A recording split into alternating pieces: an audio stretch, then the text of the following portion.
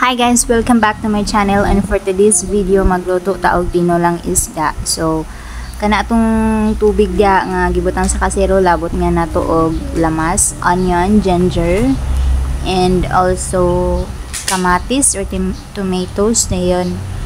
But nga sana na do siya og bell pepper. Ako ganan kog na bell pepper kay humutan ko inog kaluto niya. So once na mabukala na ang tubig diha, ato nang ilunod ang ato ang isda. Kini siya nga isda guys is ano na siya katong barilison katubi tong ginasugba mom siguro na.